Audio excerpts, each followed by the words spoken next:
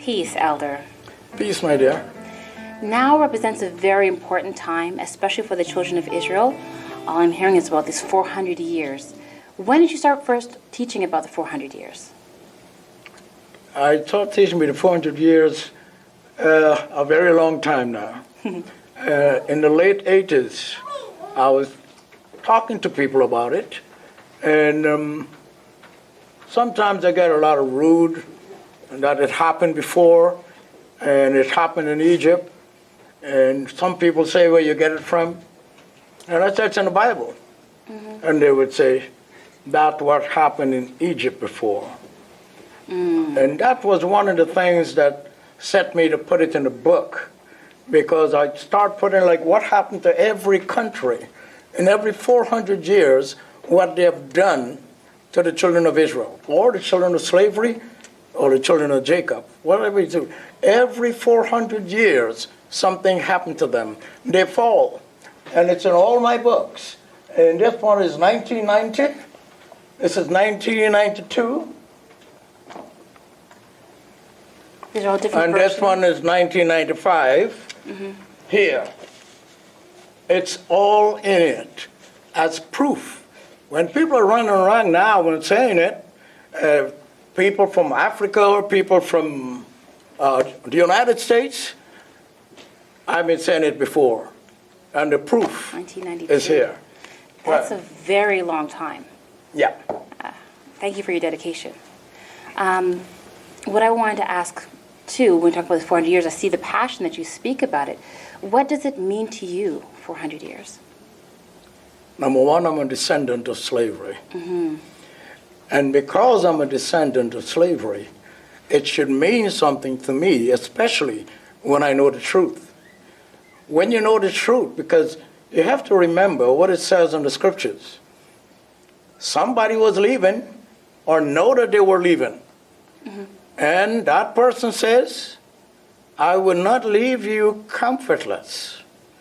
I will send you the comforter, even the Spirit of truth. We have it in this nation. And that is very important for us to understand. Otherwise, the things that we know, people would pay a lot of money to know. But this has not been sold for finance or funds or cash or money. This is with your heart.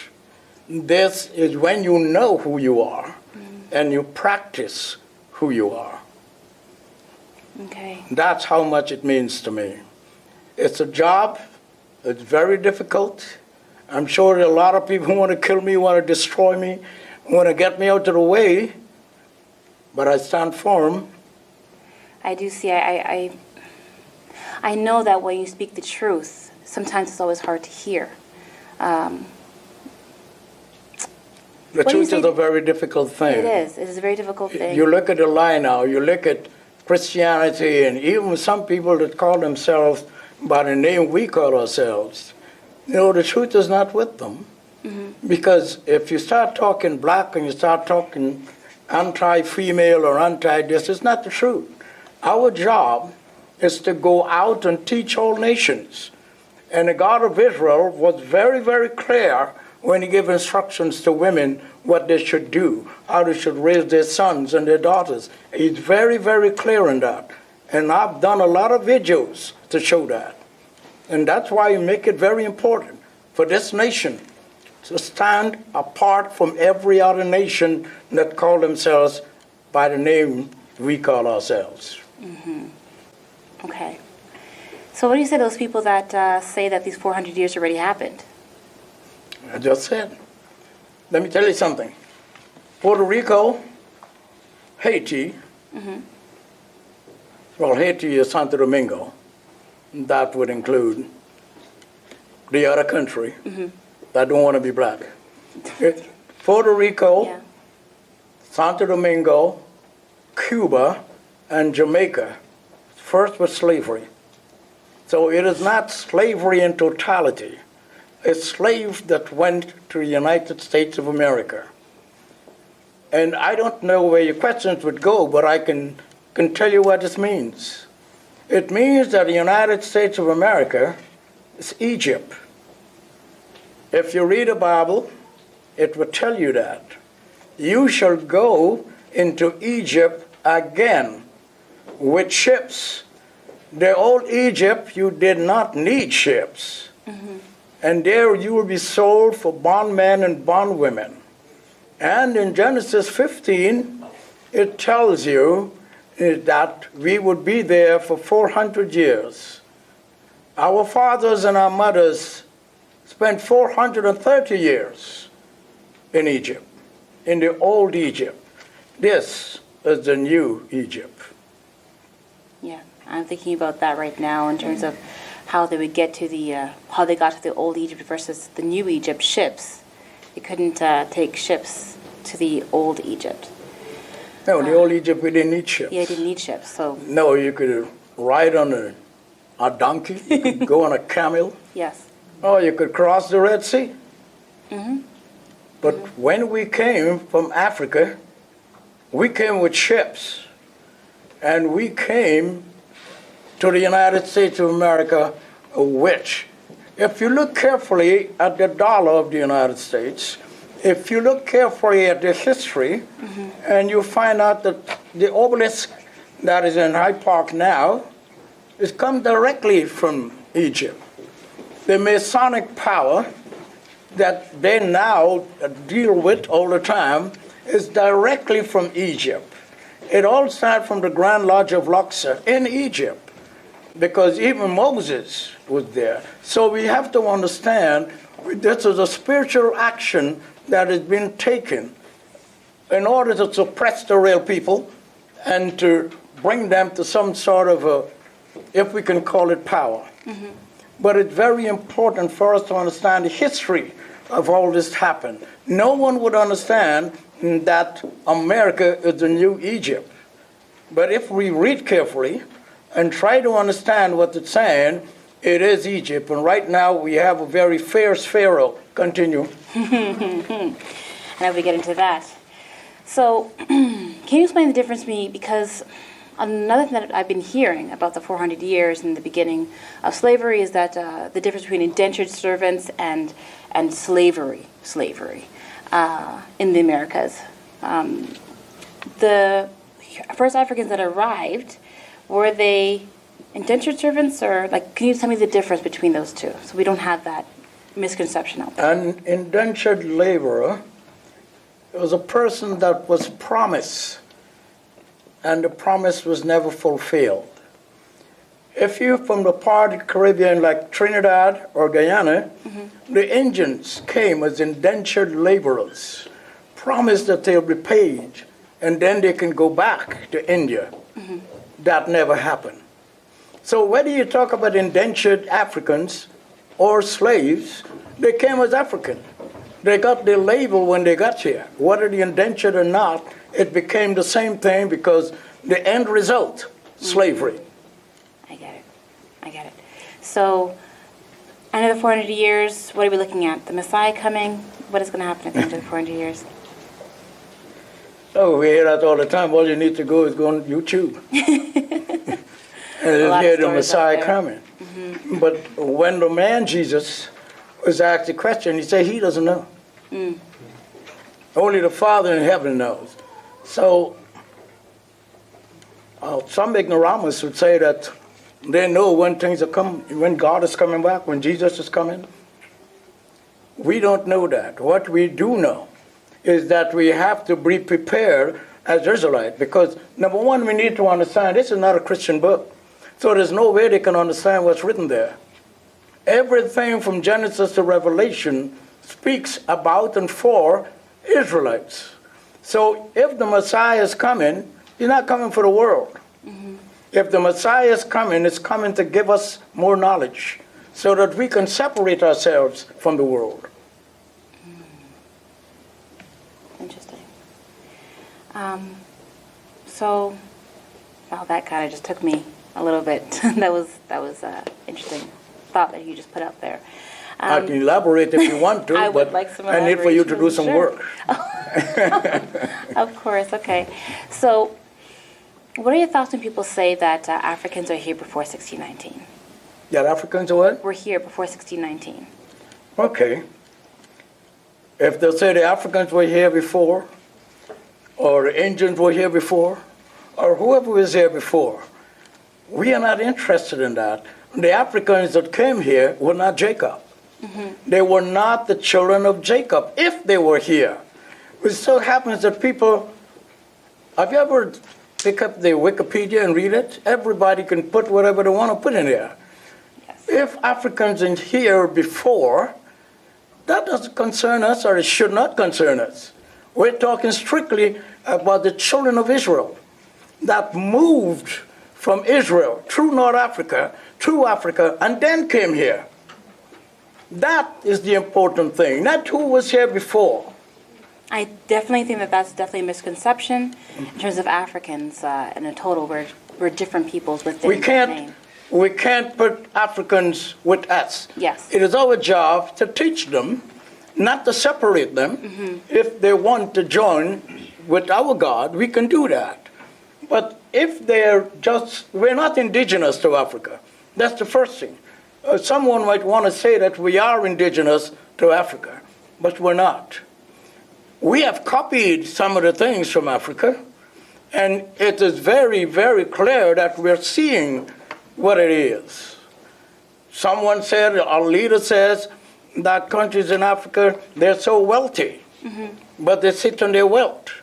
When Africa began to get their independence, the amount of coup that you've been hearing, every country had coup d'etat means the leader's there, and somebody below the leader wants to take over. And it happens all the time. It's a little stable now. I met good African leaders. I've met Julius Nyerere. I have not met Kwame Nkrumah, which I wanted to meet, but I met Kenneth Kaunda. I met them all when they visited Guyana. I talked to Fidel Castro. He's not African, but he looked very sympathetic, and those were the third world countries. They were called the non-aligned countries. Some of them were very concerned about what would happen. They even mentioned why we keep talking about Africa and tribes and all of that, and they would mention the First and Second World War. That was tribal too. But white people don't say that they believe in tribes, but it was. It was the First, Second World War, was tribal war. I want to bring it back to a couple points that you said earlier. You said people often mistake us for being indigenous to Africa. What do you mean by that? Can you expand on that? Look, all white people are not the same tribes. All native Indians are not the same tribes. So why would all black people be the same tribe? You know, the black people that came here as slaves, they came from Israel. They passed through North Africa. They work now people could dwell in the Sahara. In those days, they moved through the Sahara and they came to Western Africa. They came and they enriched Africa. Songhai, Mala, and the Gold Coast, which is now Ghana, those are the countries that they came in and controlled and built. Those are the things that we should be concerned with, because they look alike. It's like Moses was called an Egyptian. And Egypt was not anything to do with what they call in Egypt today. Egypt is African. Well, Nasir says that. Nasir? He was the leader of Egypt, and he said when the Israelites left Egypt, they were black. Suddenly their skin color changed and they came back white. But when they came, they were not Israelites, they were Israelis. And the capital was not Jerusalem, the capital was Tel Aviv. So that's the difference. Thank you for pointing out that difference. Yeah. Do you think that now that we're in this new Egypt, that the 400 years will be similar to the one in the old Egypt? Like some sort of exodus? As a leader of this nation, you have any leader in any organization, the most important thing for you to do is to motivate. But the facts speak for itself. Moses, he was a prince of Egypt. How did this nation start? It started with blood, death, fighting. Moses killed a man and buried him. Then he had to run. part of our history. He had to spend a lot of years with scorpions and snakes and desert rats. And he was still looking like an Egyptian. Mm-hmm. So, if the children of Israel had recognized that this black man called Moses, through him being inquisitive, like our fathers and mothers, we're always inquisitive. You go and you find at the ghetto somewhere in the Caribbean, you'll find they want to know about everybody else. Moses was inquisitive and he tried to find out what was happening. In Arabic, he's called Musa. And he went up to speak to God, as the Bible says, and even the Quran. While he was up there, and they know he was there, up there, we got the tablets with the commandment. When he came down, let's say the stairs, he's just on the second stairs. And he looked down, and our fathers and our mothers was building calf. And saying, this is the calf that brought us out of Egypt. The black man's greatest enemy is the black man. We can blame the white man all we want, but we don't give the white man an example that this is who we are. We fight among ourselves. We have the spirit of greed and division. We have everything, so we have no respect for any race. So when you see somebody doing us something, we keep blaming and blaming and blaming the white man.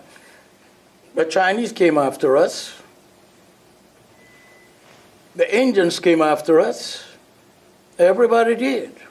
But these are the same people come back and have no respect for us. Why? We still have to go to the Korean store, and they do whatever they do. We go to the Indian store. I went to St. Martin a long time ago, and all the diamond stores were owned by Jews. I go back 2 years after, it's owned by East Indians. How do you think that happened? Unity? If we try to understand, if a black man is a Christian, he would have, I walked down Flatbush in Brooklyn, and you can count every storefront by a black man. Every black man is a pastor. Every black man is a reverend.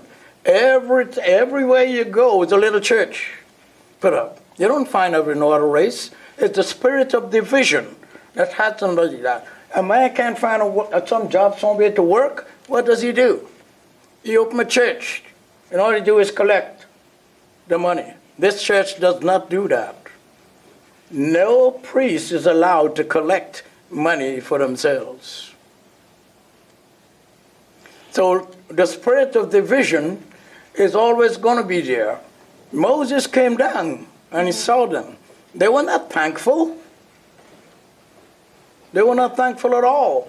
They were partying and praising. They were naked. Yeah. So you can understand.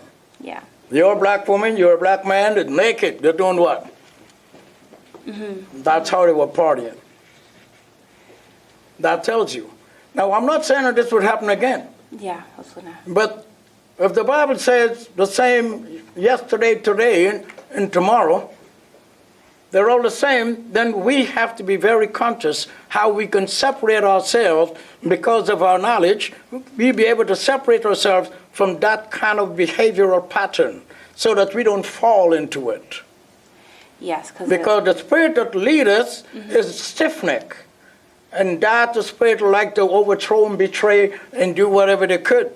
Even Moses came down. God gave him the power. Korah says, I'm a Levite just like you. Got to be careful not to repeat that part of our history, for sure. Now, the bottom line is that this Israelite nation should be an organization where we separate ourselves from things that we know, we're conscious of, we're aware of.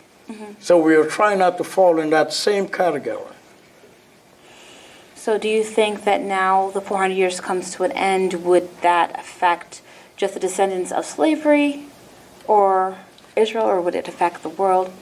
What are It's our prayer every day. The Bible says that the man would hold on, and the man who is a Jew and say, I'm coming with you, and because I heard God is with you. The point is, if a situation like that happened, it means that there was separation, there were division. In this particular person, people would acknowledge and know that this man is different. He's of God, so I'm going to go with this man. That's what we're trying to do in this world. That people would see who we are. What we have, I don't think anybody else have. I can't say they don't, but you look around and you'll see what we have. You can only see the black man scrambling for power and doing everything else that is not truthful. Yeah. So, just talk about the 400 years. I have one more question in regards to the 400 years. It is told that after the 400 years that we will come out with great substance. And there's many inklings as to what that might be. What is your take on what that great substance might be? A great substance is some of the knowledge that we've already acquired. You believe it's horses and donkey and fruit and money and all of that. No. A substance is something that you can rely on for the betterment of yourself and your family. That's substance. Some people would call it like food. That is what we understand to get. It's not substance like, now we're going to kill all the white men, because that's what I'm hearing, and collect all the money. It's like in Zimbabwe, for instance, the white man had all, it was called Rhodesia.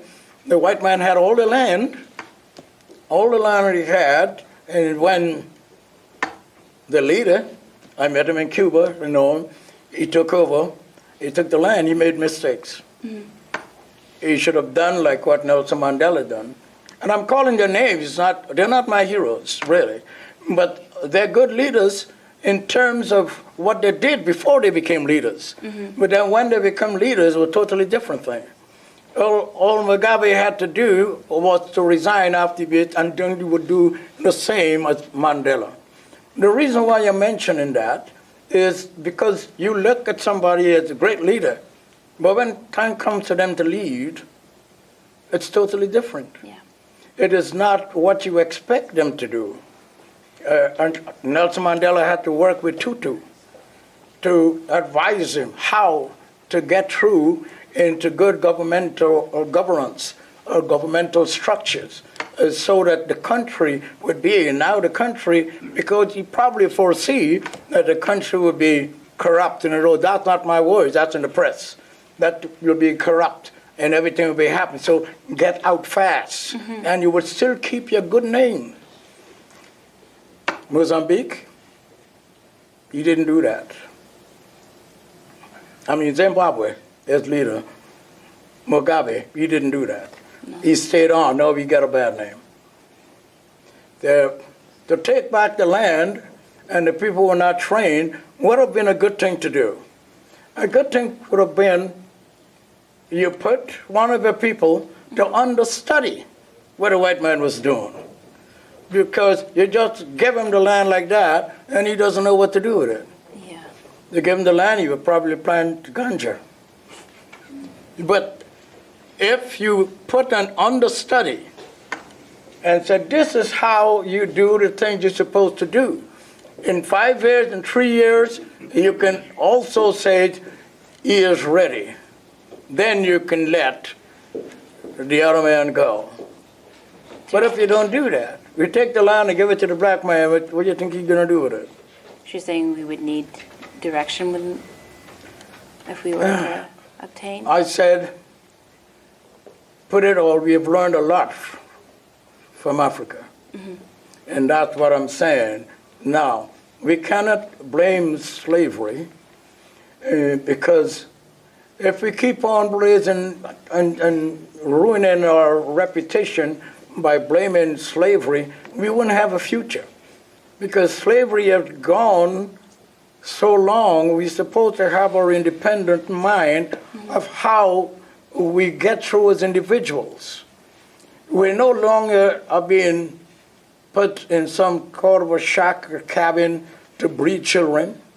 We don't do that, but the habit is still there, is that we have all the children, most of them don't have fathers. I didn't have a father, and I've seen all the time where there's no fathers in the family. And we have to grow up and then do the same thing because we had no one to really teach us. So when you're talking about what would happen at that time, there was a thing I saw somewhere that the father is telling the little boy, you should watch where he's going.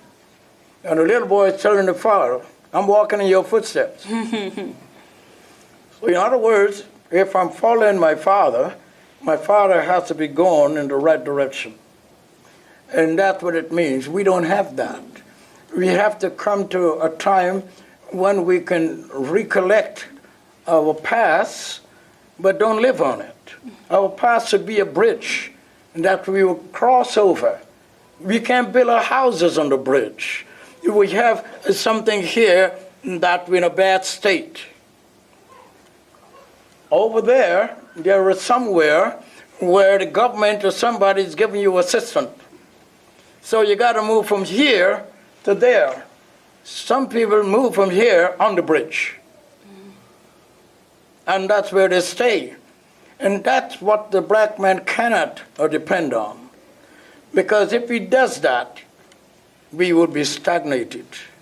It means that our life would be stuck, and we stop, and we can't go nowhere.